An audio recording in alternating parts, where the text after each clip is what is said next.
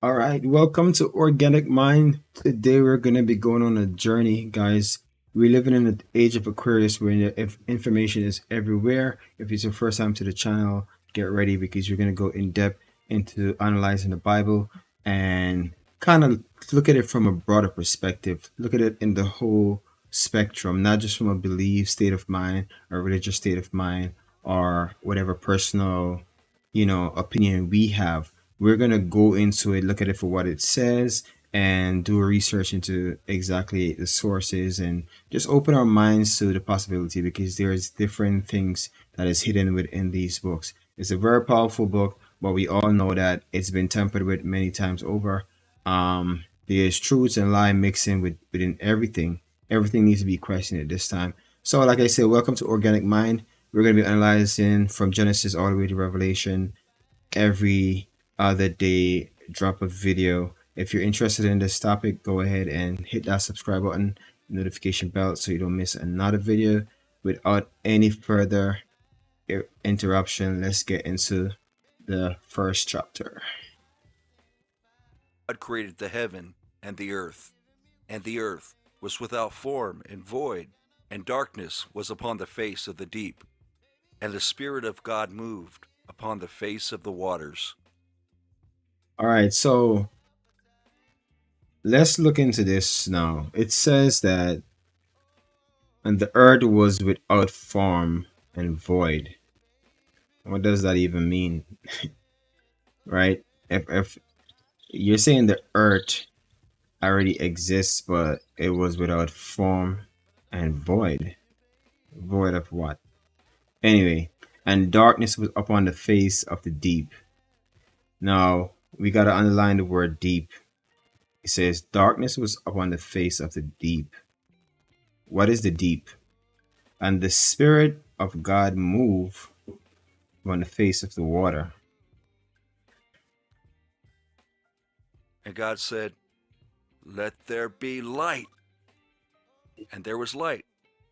And God saw the light, that it was good. And God divided the light from the darkness. I always find this one very interesting. And God say, let there be light, which give the assumption that there was no light. I mean, he said, let there be light, and there was light. So, are they trying to say that before he spoke it into existence, everything was just darkness? Uh, hmm. And God saw the light that it was good, and God divided the light from the darkness. So, darkness and light, and God divided. It's getting interesting. Let's keep going. And God called the light day, and the darkness he called night. And the evening and the morning were the first day. And God said, "Let there be a firmament in the midst of the waters, and let it divide the." Now, once again, a lot of people read these Bible and never really look into what they're reading. For example, bold, you can see right here where it says, and God said, let there be a firmament in the midst of the waters. Waters, pure. And let it divide the waters from the waters. Now, like I've been noticing, a lot of people have been talking about the sky is a water barrier, like a dome, the firmament that's over our head. And then the ocean is another water that we have on the land, which really is interesting because there's the same saying, as above, so below. Facts. The waters from the waters. And God made the firmament, and divided the waters which were under the firmament from the waters which were above the firmament. And it was so. And God called the firmament heaven. And the evening and the morning were the second day. And God said, "Let the waters under the heaven be gathered together unto one place, and let the dry land appear. Mm. And it was so. And God called the dry land earth, and the gathering together of the waters called he seas. And God saw that it was good. And God said, let the earth bring forth. I just realized, like, through the whole beginning from Genesis 1 to now, this repeat of constant remind you that God is acknowledging that what he did or what he said or what he created is good. It's very interesting because, like, why do you need to keep repeating that? It's like, and God created light and he saw that it was good. And God separated the water from the waters and he saw that it was good. And he created the earth and the dry land and saw that it was good. Huh? He saw that it was good. It seems as if there's this notion that there's a possibility of it not being good. Anyway, let's carry on. It's getting interesting, guys.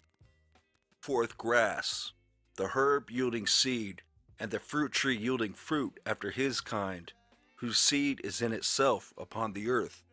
And it was so. And the earth brought forth grass, and herb yielding seed after his kind, and the tree yielding fruit whose seed was in itself after his kind. And God saw that it was good. And the evening and the morning were the third day.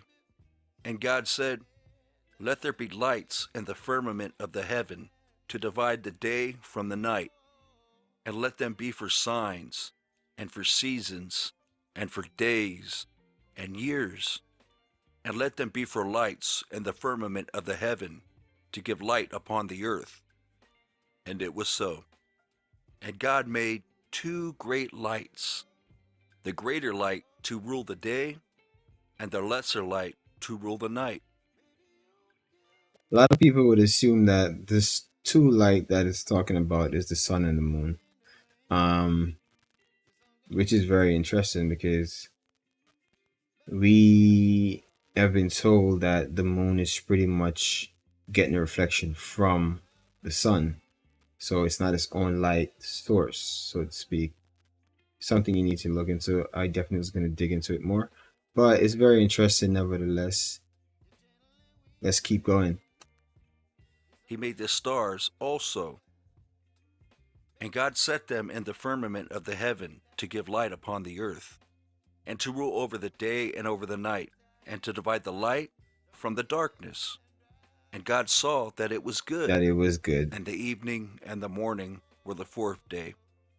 And God said, let the waters bring forth abundantly the moving creature that hath life, and fowl that may fly above the earth, and the open firmament of heaven. All right. I've been thinking. They say Genesis is the first book Noah wrote because based on what I'm listening to, it seems as if someone is telling the story that Noah wrote, but Noah didn't actually wrote it. I don't know if that makes any sense to you, but it's like there's a third party that's narrating the story about the person who's writing the story. Keep following. And God created great whales, and every living creature that moveth, which the waters brought forth abundantly after their kind, and every winged fowl after his kind. And God saw that it was good. And God blessed them, saying, be fruitful and multiply, and fill the waters in the seas, and let the fowl multiply in the earth. And the evening and the morning were the fifth day. And God said, let the earth bring forth the living creature after his kind, cattle, and creeping thing, and beast of the earth after his kind. And it was so. And God made the beast of the earth after his kind, and cattle after their kind, and everything that creepeth upon the earth after his kind. And God saw that it was good. That it was good. And God See, I'm said, telling you. let us make man in our image, after our likeness, and let them have dominion over the fish of the sea, and over the fowl of the air, and over the cattle, and over all the earth, and over. All right, now this is where it gets really deep. This is where I'm gonna really get into the depths of what's going on here. That's gonna be for the next video. We're gonna be talking about the fact that in Genesis 1:26 it said, "And God said, Let us make man in our image, after our likeness, and let them have dominion over the seas of the fish of the seas." Now, by this statement, it's literally saying that God and us look alike. But I'm gonna get deeper into that because it's something I've been thinking about for a long time from when I was a young child, and I have a lot to say about this. So if you are intrigued about what's going on in the Bible and get into the mind of the people who created the idea behind the story, stay tuned, subscribe, like the video, comment, share. Let's get into it. Analyzing the Bible 2023 on beyond. See you in the next video. Peace.